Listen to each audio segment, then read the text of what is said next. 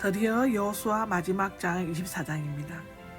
본장은 본서의 마지막 부분으로서 앞서 이스라엘 집사들에게 당부했던 말했던 것이 이어 이스라엘 온 백성을 세겜에 소집하여 이스라엘의 구원 역사를 회복하면서 하나님께 대한 신실한 순종을 부탁하고 있는 내용을 다루고 있습니다. 세겜은 아브라함이 가나안 땅에 대한 약속을 받은 장소였고 야곱이 밧단 아람에서 돌아올 때 우상들을 파묻었던 곳이기도 하고요. 창세기 35장 4절에 나오죠. 특히 이스라엘 백성은 가나안 정복의 첫 단계를 마친 후 이곳에 와서 율법을 세운 돌기둥으로 세운 적이 있습니다.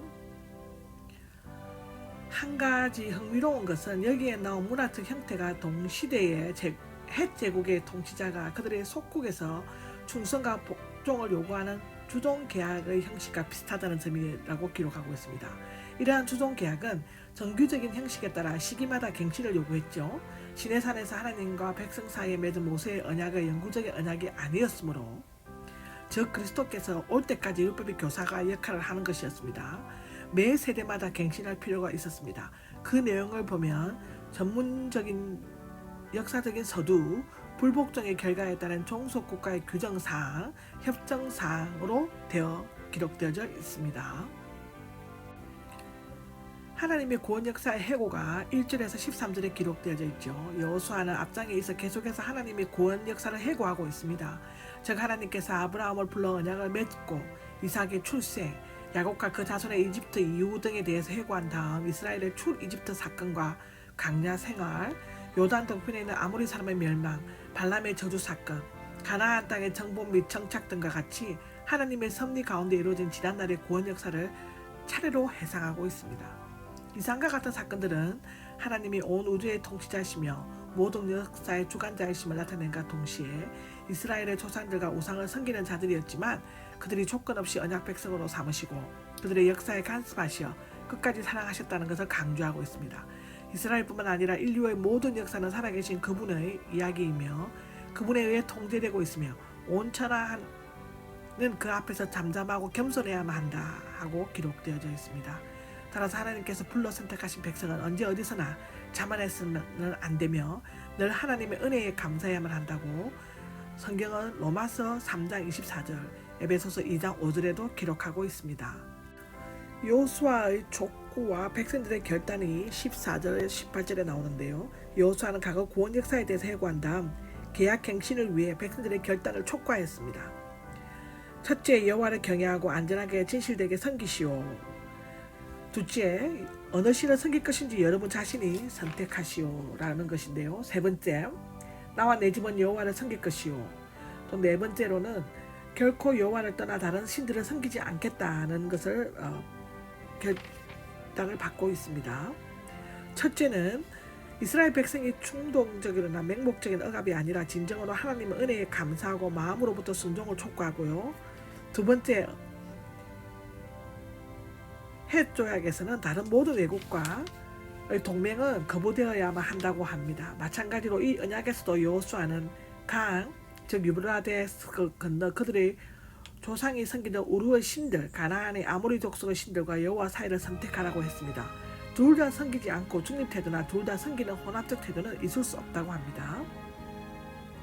하나님을 섬기지 않는 자는 우상을 섬기는 자이므로 오직 하나님만을 섬겨야 한다고 마태복음 6장 24절, 고린도후서 6장 15절에서 18절에도 기록되어져 있죠. 그 선택은 지금 곧 해야만 한다. 머뭇거리거나 주저한다면 영원히 선택의 길을 놓칠 수가 있다고 고린도후서 6장 2절에 나와 있습니다. 그리고 결단력이 있어야 합니다. 이것도 저것도 아닌가 아니라 이것이냐 저것이냐를 결단해야 한다고 빌립보서 3장 13절 14절에 기록하고 있죠. 나와 내 집은 여호와를 섬길 것이다. 15절에 나와 있는데요. 여호수아는 백성들의 반응을 보고 나니 결정하는 것이 아니라 먼저 자신이 가당성 있게 결단하는 모습을 보임으로써 백성들이 선택하도록 했습니다. 올바른 통치자들의 결단은 백성들에게 큰 영향을 미쳐 백성들로 하여금 결코 올바른 선택을 할 수 있게 해주는 것입니다. 그래서 리더가 정말 중요한 것입니다.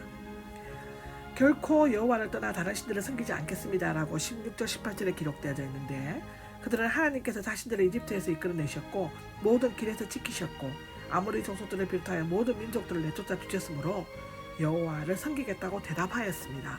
그러나 이스라엘 백성들이 여호와를 섬기겠다는 것은 다분히 조건적이었다고 기록되어져 있습니다.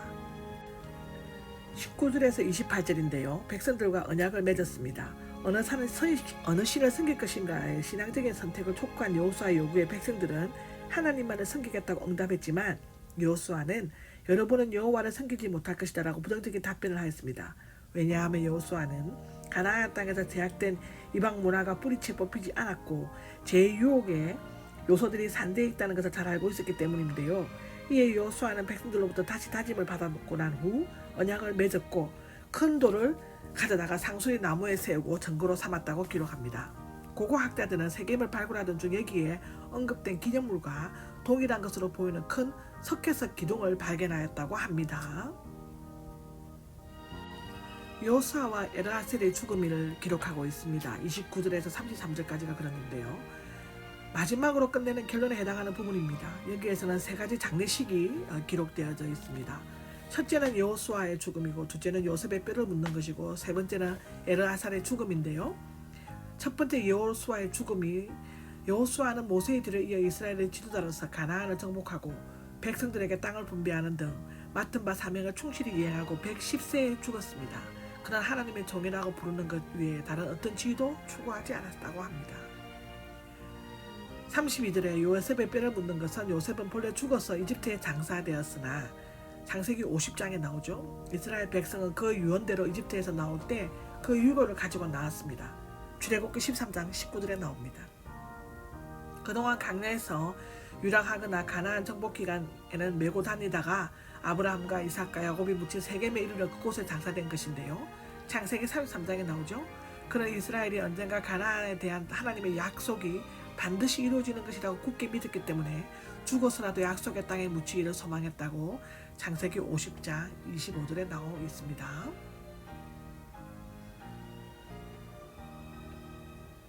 엘르아살의 죽음에 대해서 나옵니다. 엘르아살은 아론의 셋째 아들로서 아론에 이어 제2의 대제사장이 되었고 여호수아에게 함께 토지 분배를 하였습니다. 가나안 정복과 정착의 시기에 장막 예배를 인도하고 이스라엘 백성을 하나님의 뜻에 맞도록 지도하였다고 하는데요. 그도 죽어서 에브라함 산지인 기브아에 묻혔다고 민수기 25장 7절에 나옵니다. 이에 세 장례식을 끝으로 여호수아는 끝을 맺는데요. 이 세 사람은 한때 이방 나라에 살면서 가나안을 주시겠다는 하나님의 약속을 굳게 믿었습니다. 하나님께서 이 세 사람과 이스라엘 백성의 자신의 약속을 신실하게 지키셨으며 이 세 사람의 시신은 약속의 땅에 묻혔습니다. 그런데 여호수아와 엘르아살의 죽음에 대해서는 언급되었지만 이스라엘의 새 지도자에 대해서는 전혀 언급되어 있지 않습니다. 새 지도자가 세워지지 않는 이유에 대해서는 아무런 설명이 없으며 곧 이어지는 사사시대에는 하나님께서 직접 부르심을 받은 여러 사사들이 지도자로 출동하였습니다. 이에 약속의 땅에서의 새로운 장은 사사기에서 펼쳐질 것이며 이스라엘의 역사 가운데서도 간섭하시고 섭리하시는 하나님의 주권적 사역은 여전히 계속될 것이라고 성경은 기록하고 있습니다. 아멘.